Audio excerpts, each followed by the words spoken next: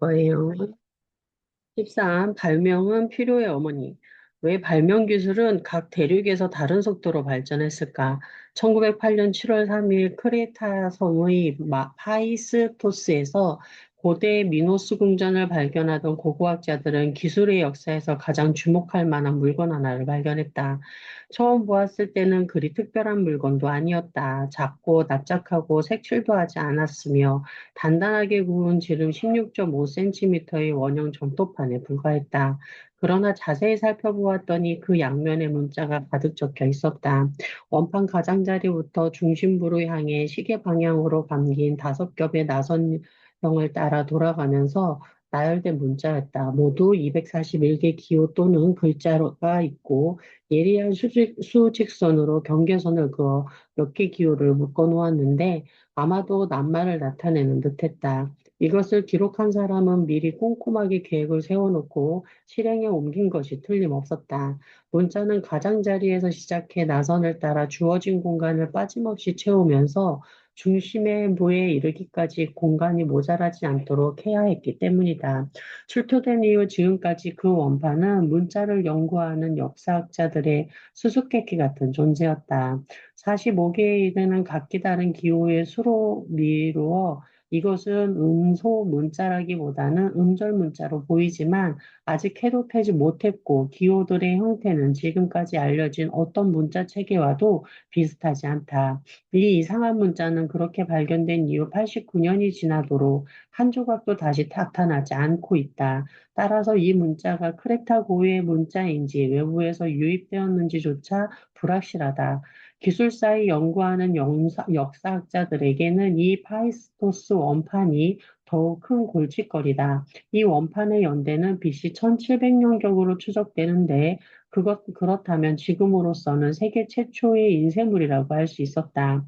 이 원판의 기호들은 저보다 뒤늦게 만들어진 크레타의 선형 A 문자, 선형 B 문자처럼 손으로 긁어서 새긴 것이 아니라 말랑말랑한 전도판에 각각의 기호가 도들 색임된 도장을 하나하나 찍어서 새긴 그리고 나중에 불에 태워 단단하게 만든 것이기 때문이다. 그러므로 이것을 인쇄한 사람은 적어도 원판에 있는 기호의 수와 일치하는 도장을 45개 갖고 있었던 셈이다. 이런 도장을 사용했다면 아마 글을 많이 써야 하는 사람이었을 것이다. 도장을 갖고 있으면 글을 쓰면서 동일한 기호나 나올 때까지 일일이 손으로 다시 적을 필요가 없으므로 훨씬 더 빠르고 깨끗하게 화분을 만들어낼 수 있기 때문이다. 파이스토스 원판은 인쇄하려는 인류의 다음 노력을 한 발 앞서서 보여주고 있다. 그 이후 인쇄에서도 그와 비슷한 활자 따위가 이용되었는데 다만 잉크 없이 점토판에 찍은 게 아니라 잉크로 종이에 찍는다는 점이 다를 뿐이었다. 하지만 그 같은 인쇄 형태가 나타나기 시작한 것은 그로부터 2500년 뒤 중국, 그리고 3100년 뒤에 증세 유럽에서였다. 그렇다면 이렇게 시대를 앞서간 이 원판 기술은 어쩌다 크레타에서도 그리고 그 밖의 고대 지중해의 어느 지역에서도 널리 이용되지 못했을까? 이 원판 인쇄술을 왜 메소포타미아와 멕시코를 비롯한 고대의 문자 중심지에서 다른 시대에 발명되지 않고 하필이면 BC 1700년 연경 크레타에서 발명되었을까? 그리고 어째서 수천 년이 흐른 뒤에야 거기에 잉크와 압착키의 아이디어가 더해져 비로소 인쇄기가 만들어졌을까? 이와 같이 그 원판은 역사학자들에게 매우 심각한 난제다. 만약 모든 발명품이 이 원판처럼 특이하고 종잡을 수 없다면 기술사에 대해 어떤 보급적인 이론을 수렵하려는 시도는 애당초 실패할 수밖에 없다. 기술은 무기와 운송이라는 형태로 일부 민족들이 영토를 확장하고 다른 민족들을 전복하는 직접적 수단이다. 그렇기 때문에 기술은 역사에서 가장 광범위한 경향의 주된 원인이 되었다. 그러나 어째서 청포도 바다를 건널 수 있는 배, 철제, 기계류 따위를 발명한 사람들은 아메리카 원주민이나 사하라 이남 아프리카 사람이 아니라 유라시아인이었을까? 이러한 불균형은 인쇄기에서 유리 증기기관에 이르기까지 대부분 중요한 기술적 진보에서 나타난다. 왜 많은 발명품이 모두 유라시아에서 만들어졌을까? 아프리카 대부분 지역과 유라시아에서는 이미 수천 년 전 석기를 내던졌는데 왜 뉴기니와 오스트레일리아 원주민은 1800년에도 여전히 사용했을까? 누구나 뉴기니와 오스트레일리아는 각각 구리와 철이 세계적으로도 가장 풍부하게 매장된 지역들이 산재되었는데 말이다. 이와 같은 사실을 돌이켜보면 유라시아인이 다른 민족과 창의성과 지능이 뛰어났다고 믿는 사람들이 그렇게 많은 것도 이해가 간다. 그러나 만약 인간에 대해 신경생물학에서도 기술 발전의 대륙 간 불균형을 설명할 만한 어떤 차이점을 찾아낼 수 없다면 도대체 무엇으로 설명해야 할까? 이 문제에 대한 대안으로 제시된 견해는 발명의 영혼 이론이다. 기술적 진보는 요하네스 구텐베르크, 제임스 와트, 토머스 에디슨, 라이트 형제 같은 극소수 천재들에게 몹시 편중되어 있을 것처럼 보인다. 그들은 모두 유럽인이거나 유럽에서 미국으로 이주한 사람들의 후손들이었다. 아르키메데스는 비롯한 고대의 드문 천재들도 마찬가지였다. 그렇다면 이러한 천재들은 과연 태즈메니아나 나미비아에서 태어났어도 상관없었을까? 기술의 역사는 다만 몇몇 발명가의 중심지가 어디였느냐에 하는 우연에 좌우되었을까? 개인의 창의성이 아니라 혁신에 대한 사회 전체의 수용성이 중요하다는 견해도 있다. 어떤 사회는 터무니없이 보수적이고 정신지향적이며 변화에 적대적인 양상을 보인다. 그것은 한때 제3세계 사람들을 도와주려다 결국 물러나고 말았던 수많은 서양인이 받은 인상이기도 하다. 제3세계 사람들이 개개인의 매우 지적인 듯하지만 문제는 그들 사회에서 비롯하는 것처럼 보인다. 그것이 아니라면 오스트레일리아 동북부 원주민이 교역 상대인 토레스 해협의 섬 주민들이 활과 화살을 사용한 것을 보았으면서도 그것을 받아들이지 않은 이유를 달리 무엇으로 설명할 수 있을까?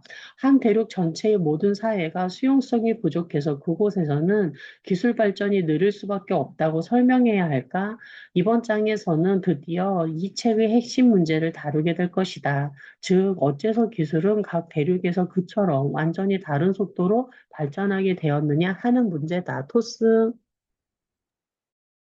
필요는 발명의 어머니? 이 논의의 출발점은 필요는 발명의 어머니다라는 말에 드러나 있는 일반적인 견해다. 발명은 한 사회가 아직 충족되지 못한 어떤 필요를 느낄 때, 즉 어떤 기술이 불만스럽거나 부족하다는 인식이 만연할 때 이루어진다는 것이다. 발명의 지망생들은 금전이나 명성에 대한 기대감으로 동기부여를 받아 이 같은 필요를 감지하고 거기에 부응하려고 노력한다. 그러다가 어떤 발명가가 드디어 기존의 불만스러운 기술보다 우수한 해결책을 찾아낸다. 이 해결책이 사회의 가치관이나 각종 기술과 배치되지 않는다면 사회는 그것을 받아들인다. 사실 이처럼 필요가 발명의 어머니라고 보는 상식적인 견해를 뒷받침하는 발명품은 제법 많다. 제2차 세계대전이 한창이던 1942년, 미국 정부는 나치 독일보다 먼저 원자폭탄을 만드는 데 필요한 기술을 발명하겠다는 분명한 목표를 세우고 맨해튼 프로젝트를 기획했다. 그리고 이 프로젝트는 20억 달러, 오늘날로 치면 200억 달러가 넘는 거금을 소비한 후 3년 만에 성공을 거두었다. 또 다른 예로는 미국 남부에서 재배한 목화를 다듬는 고된 수작업을 대신하기 위해 1794년 엘리 휘트니가 발명한 조면기, 면화의 씨를 빼거나 솜을 트는 기계, 그리고 영국 탄광에서 배수 문제를 해결하기 위해 1769년 제임스 와트가 발명한 증기기관 등이 있다. 이처럼 낯익은 사례들을 보면서 우리는 그 밖의 중요한 발명품들도 모두 필요에 대한 인식에서 비롯되었다고 착각하기 쉽다. 그러나 사실 수많은 발명품 또는 대부분의 발명품은 호기심에 사로잡히거나 이것저것 주물럭거리는 일을 좋아하는 사람들이 개발했고, 그들이 염두에 둔 채 제품에 대한 수요 따위는 처음부터 있지도 않았다. 일단 어떤 물건이 발명되면 그때부터 발명자는 그것의 용도를 찾아내야 했다. 그리고 상당 시간 사용된 이후에야 비로소 소비자들은 그것이 필요하다고 느끼게 되었던 것이다. 또 어떤 물건은 어느 한 가지 용도를 위해서 발명되었지만 결국에는 오히려 예기치 못했던 다른 용도에 더 많이 쓰이게 되었다. 놀랍게도 이렇게 어느 한 가지 쓸모를 위해 만들어졌던 발명품들 중에는 현대에 이루어진 중요한 기술적 혁신이 대부분 포함되어 있다. 비행기와 자동차, 내연기관과 전구, 측음기와 트랜지스터 등도 예외가 아니다. 그러므로 오히려 발명이 필요의 어머니일 때가 더 많다. 토머스 에디슨의 축음기는 좋은 예라고 볼 수 있다. 이것은 현대의 가장 위대한 발명가가 이룩한 가장 독창적인 발명품이다. 1877년 에디슨이 최초의 축음기를 만들었을 때 그는 이 발명품이 소용될 만한 10가지 용도를 제시하는 글을 발표했다. 거기에는 죽어가는 사람의 마지막 말을 보존하는 일, 시각 장애인들이 들을 수 있도록 책을 녹음하는 일, 시간을 알려주는 일, 철자법을 가르치는 일 등이 포함되어 있었다. 음악을 재생하는 일은 에디슨이 제시한 우선순위에서 상위권에 들지도 못했다. 그리고 몇 년 후 에디슨은 자신의 발명품에 상업적인 가치가 없다고 조수에게 말했다. 그러나 다시 몇 년 후에는 마음을 바꾸어 축음기 판매 사업을 시작했다. 그런데 그 용도는 사무용 구술 기계였다. 다른 기업가들이 축음기를 이용하여 동전을 넣으면 대중음악이 흘러나오는 주크박스를 만들어냈을 때 에디슨은 자기 발명품이 사무용이라는 중요한 용도를 벗어나서 그렇게 전략하는 것에 반대했다. 그리고 20년 흐른 뒤에야 비로소 에디슨도 축음기의 주된 용도는 음악을 녹음하고 재생하는 일이라는데 마지못해 동의했던 것이다. 자동차 역시 오늘날에는 그 용도가 명백해 보이는 발명품이지만 이것은 그 어떤 수요에 따라 발명된 것이 아니다. 니콜라우스 오토가 최초의 가스기관을 만들었던 1866년 당시 사람들이 육상 운송에 말을 이용한 지는 이미 6천년이 가까워지고 있었다. 그 말도 수십 년에 걸쳐 차츰 증기기관을 이용하는 철도로 대체되는 중이었다. 말은 얼마든지 구할 수 있었고 철도에 대해서도 불만 따위는 없었다. 오토가 만든 엔진은 힘이 약하고 무겁고 높이는 2.1m에 달하여 결코 말보다 호감 가는 물건은 아니었다.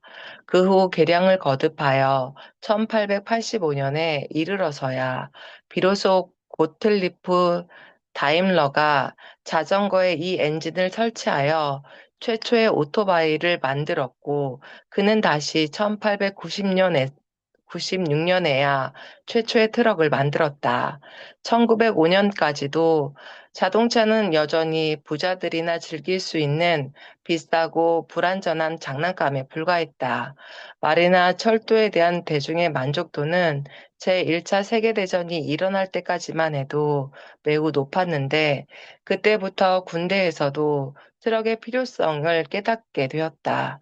전쟁이 끝난 후 트럭 제조업자들과 각국의 군대는 집중적인 로비 활동을 통해 마침내 대중에게도 그 필요성을 납득시켰고, 그 결과 산업화된 여러 국가에서는 트럭이 마차를 대신하기 시작했다. 그러나 미국의 가장 큰 대도시에서도 완전한 교체가 이루어지기까지는 50년이 걸렸다. 토스.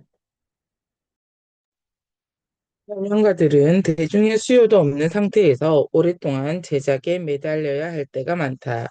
초기 작품은 대개 성능이 떨어져서 별로 쓸모가 없기 때문이다. 최초의 카메라, 타자기, 텔레비전 등도 오토가 만들었던 높이 2.1m의 가스기관에 못지않게 한심한 수준이었다. 그렇기 때문에 발명가로서는 자기가 만든 그 한심한 원형이 과연 어떤 쓸모가 있을지 그것을 계량하기 위해 시간과 비용을 더 투자할 만한 가치가 있을지 예견하기가 어렵다. 미국에서는 해마다 약 7만 건에 달하는 특허권이 발행된다.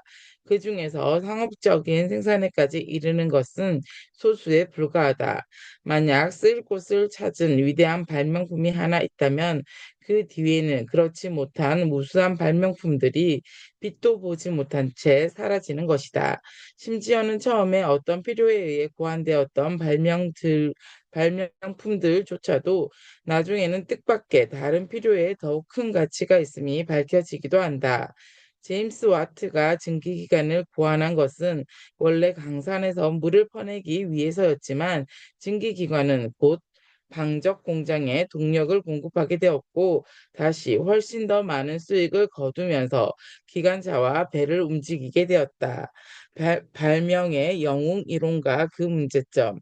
그러므로 논의의 출발점이 되었던 발명에 대한 상식적인 견해는 실제로 발명과 필요의 일반적인 역할을 거꾸로 뒤집어 놓은 것이며 그것은 와트나 에디슨 같은 희귀한 천재들의 중요성을 지나치게 강조하고 있다. 이러한 견해를 일컬어 발명의 이론이라고 하는데 특허법도 그것을 부추기고 있다. 특허권을 따려고 하는 사람은 자기가 제출하는 발명품의 새로움을 증명해야 하기 때문이다. 결과적으로 발명가들은 기존의 성과를 깎아내리거나 무시하려는 금전적인 동기를 갖게 된다. 변리사의 입장에서 본 가장 이상적인 발명품이란 그 전 단계 형태가 전혀 존재하지 않는 상태에서 만들어진 발명품이다. 마치 지혜와 예술의 여신 아테나가 제우스의 머리에서 완전한 모습으로 튀어나왔듯이 말이다. 그러나 현실적으로는 가장 유명하고 틀림없이 현대의 발명품처럼 보이는 것들에 대해 X가 Y를 발명했다는 뻔뻔한 주장 뒤에는 그보다 앞서 만들어졌는데도 무관심 속에 잊혀진 전 단계의 형태가 숨어 있는 경우가 많았다. 예를 들면 우리는 제임스 와트가 1769년에 증기기관을 발명했다는 말을 흔히 듣는다. 그는 주전자 주둥이에서 김이 솟는 것을 보고 영감을 얻었다고 한다. 그러나 이 멋진 이야기는 불행히도 허구일 뿐이고 실제로 와트가 그런 증기기관을 만들 아이디어를 얻게 된 것은 토머스 뉴커먼의 증기기관을 고치던 중이었다.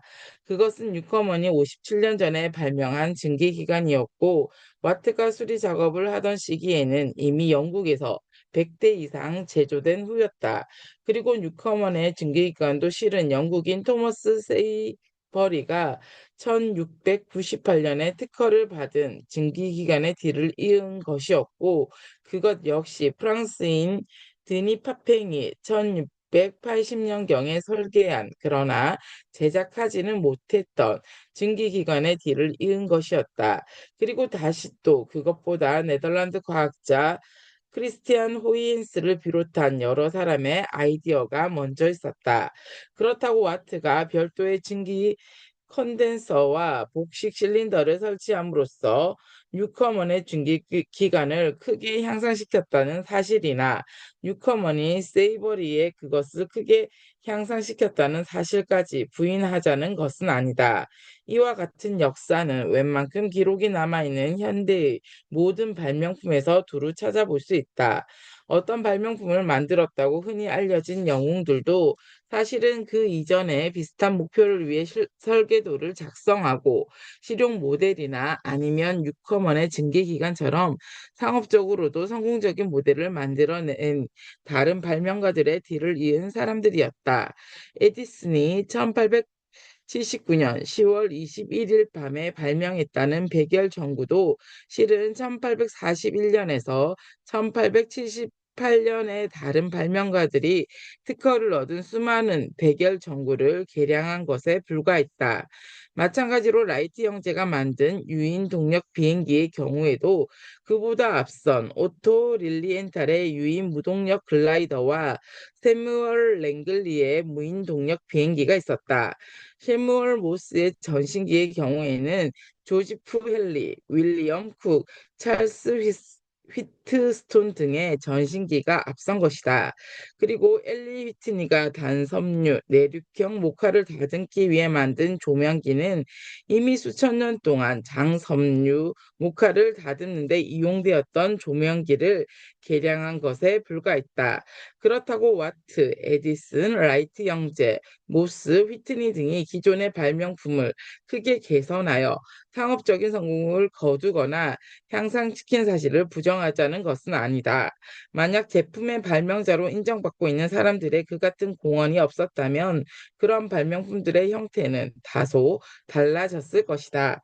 그러나 우리에게 중요한 문제는 일부 천재 발명가들이 어느 특정한 시대에 특정 장소에서 태어나지 않았다면 과연 세계사에 중대한 변화가 일어났겠느냐는 점이다. 대답은 명백하다. 그런 사람은 아무도 없었다. 두루 인정받는 유명한 발명가들에게는 항상 유능한 선후배가 있었고 사회가 그들의 제품을 이용할 수 있는 시기에 발명품을 개량했던 것이다.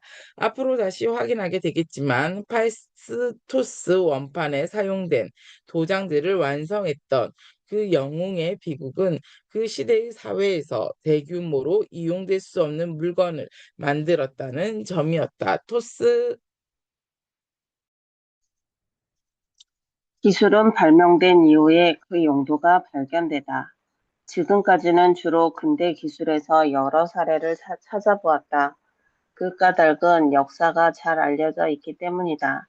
나의 주된 두 가지 결론은 기술이란 어느 영웅의 개별적인 행동을 통해서가 아니라 누적된 행동을 통해 발전한다는 것, 그리고 기술이란 대개 어떤 필요를 미리 내다보고 발명되는 것이 아니라 발명된 이후에 그 용도가 새로 발견된다는 것이다. 이 같은 결론은 기록이 남아있지 않고 고대 기술의 역사에서 훨씬 더 강력한 힘을 얻는다. 빙하기의 수렵 채집민들이 처음으로 화덕에서 불에 탄 모래와 석회석 잔해를 보았을 때의 반응은 어땠을까? 그들은 이러한 발견들이 오랫동안 누적되어 처음에는 표면에 유리를 입힌 최초의 물건들이 나타나고 이집트와 메소포타미아에서 유리 자체로 만든 최초의 물건들이 나타나며 그 다음에는 최초의 유리 그릇을 거쳐 결국 로마에서 최초의 유리창이 탄생하리라는 것을 결코 예상할 수 없었다. 우리는 지금까지 알려진 가장 오래된 유리질 유약이 개발된 과정에 대해 아무것도 모르고 있다. 그러나 내가 함께 일하고 있는 유기니인들처럼 오늘날까지도 기술적으로 원시적인 사람들을 관찰해 보면 선사시대에 어떻게 발명이 이루어졌는지를 추론할 수 있다. 나는 그들이 자기 지역의 동식물을 수백 종이나 알고 있으며 각종의 식용 여부와 의학적 가치를 비롯한 여러 가지 용도를 잘 알고 있음을 이미 언급한 바 있다. 그 밖에도 뉴기니인들은 각 지역 환경에서 발견되는 수십 종의 암석과 각각의 경도, 색깔, 두드리거나 얇게 벗겨내려고 할 때 나타나는 반응, 그리고 용도 등에 대해 나에게 가르쳐 주었다. 이 같은 지식은 모두 관찰과 시행착오를 통하여 얻어지는 것들이다. 나는 뉴기니인들을 데리고 그들의 집에서 멀리 떨어진 곳으로 일하러 갈 때마다 그러한 발명 과정이 진행되는 것을 본다. 그들은 숲속에서 낯선 물건을 발견할 때마다 집어들고 만지작거리다가 이따금씩 쓸만한 것이 보이면 집으로 가져가기도 한다. 야영지를 떠날 무렵이면 사람들이 찾아와서 내가 버린 물건들을 뒤적거린다. 그때도 역시 똑같은 과정이 되풀이되는 것을 볼 수 있다. 그들은 내가 버린 물건들을 만지작거리면서 혹시 그들의 뉴기니 사회에서도 어떤 쓸모가 있을지 열심히 궁리한다. 빈 깡통을 간단히 펴면서 대개 그릇으로 재활용된다. 다른 물건들은 그것이 만들어질 때의 용도와는 전혀 다른 용도로 시험을 받는다. 가령 콧구멍 사이나 귀를 뚫는 자리에 연필을 끼워 장신구로 쓰면 멋있을까? 저 깨진 유리 조각은 칼로 사용할 수 있을 만큼 예리하고 단단할까? 유레카. 고대인들이 이용할 수 있었던 재료는 돌, 나무, 뼈, 껍질, 섬유, 점토, 모래, 석회석, 광물 등 각기 다양한 종류가 존재하는 천연 물질들이었다. 이 같은 재료들을 가지고 사람들은 차츰 그 중에서도 특정 유형의 돌, 나무, 뼈로 도구를 만드는 방법, 특정한 점토로 토기와 벽돌을 만드는 방법, 모래와 석회석과 기타 흙을 특정 비율로 배합하여 유리를 만드는 방법 등을 익혔고, 순수한 구리나 금처럼 연한 금속을 가공하는 방법에서 시작하여 광석으로부터 금속을 추출하는 방법, 그 다음에는 마침내 청동이나 철처럼 단단한 금속을 가공하는 방법까지 익힐 수 있었다. 이러한 과정에서 겪게 되는 시행착오의 역사는 화약과 휘발유가 그 원료로부터 개발되었던 과정에서도 잘 나타난다. 가연성 자연산물은 수질을 많이 함유한 장작이 모닥불 속에서 터지듯이 언제든 저절로 눈에 띄게 마련이다. BC 2000년 이전의 메소포타미아인들은 벌써 암석, 아스팔트를 가열하여 수톤에 달하는 석유를 추출하기 시작했다. 고대인 그리스인들은 석유의 피지, 원유 콜타르다이를 증류시킨 뒤에 남은 검은 찌꺼기, 수지, 유황, 생석회 등을 여러 가지로 배합하여 방화용 무기를 만드는 방법을 발견하고 투석기, 화살, 소위탄, 배 등을 이용하여 적을 공격했다. 증류법을 개발하여 알코올과 향수를 만들어낸 이슬람 연금술사들은 이 기술 덕분에 석유도 여러 성분으로 분류할 수 있었다. 그 중에 일부는 더욱 강력한 방화 물질로 그러한 물질을 넣어 만든 수류탄, 로켓, 수레 등은 이슬람이 십자군을 물리치는데 결국 핵심적인 역할을 했다. 그 무렵에는 중국인들도 유황, 목탄, 질산칼륨 등을 특정 비율로 배합하여 폭발력이 매우 강해진다는 것을 알게 되었다. 그것이 바로 화약이었다. 1100년경 이슬람의 한 화학 논문에는 7가지 화약 제조법이 설명되어 있고 1280년의 논문에는 각기 다양한 용도에 적합한 것으로 밝혀진 어떤 것은 로켓용, 어떤 것은 대포용 등등 70가지 이상의 제조법이 실려 있다. 중세 이후의 석유 증류법에 대해 말하자면 19세기의 화학자들은 원유의 중간 분류층이 기름 램프의 연료로 유용하다는 것을 발견했다. 화학자들은 휘발성이 가장 높은 분류층, 휘발유를 쓸모없는 폐기물로 간주하여 내버렸지만 나중에는 그것이 내연기관의 이상적인 연료라는 점이 밝혀졌다. 현대 문명의 추진 연료라고 할 수 있는 휘발유가 처음에는 용도를 갖지 못한 또 하나의 발명품이었다는 사실을 기억하고 있는 사람이 누가 있을까? 사회에서 발명품이 수용됐는데 미치는 요인들. 발명가가 어떤 새로운 기술을 용도를 발견하면 그 다음 단계는 사회가 그 기술을 채택하도록 설득하는 일이다. 단순히 어떤 일을 하는데 더욱 크고 빠르고 강력한 수단이라고 해서 당장 받아들여지는 것은 아니다. 그러한 기술 중에서도 끝까지 채택되지 못하거나 오랫동안 저항을 겪은 후 간신히 채택된 기술이 무수히 많다. 가장 악명 높은 예를 찾는다면 1971년 미 의회가 초음속 운송수단 개발을 위한 자금 지원을 거부한 일, 능률적으로 설계된 타자기 자판을 전 세계가 계속 거부하고 있는 일, 영국이 오랫동안 전기 조명을 채택하지 않았던 일 등을 들 수 있다. 그렇다면 한 사회로 하여금 어떤 발명품을 수용하게 만드는 것은 무엇일까? 우선 어떤 한 회사 안에서 여러 가지 발명품에 대한 수용성은 어떻게 달라지는지 비교해 보자. 발명품의 수용에 영향을 미치는 요인은 적어도 네 가지가 있다. 여기까지 하겠습니다.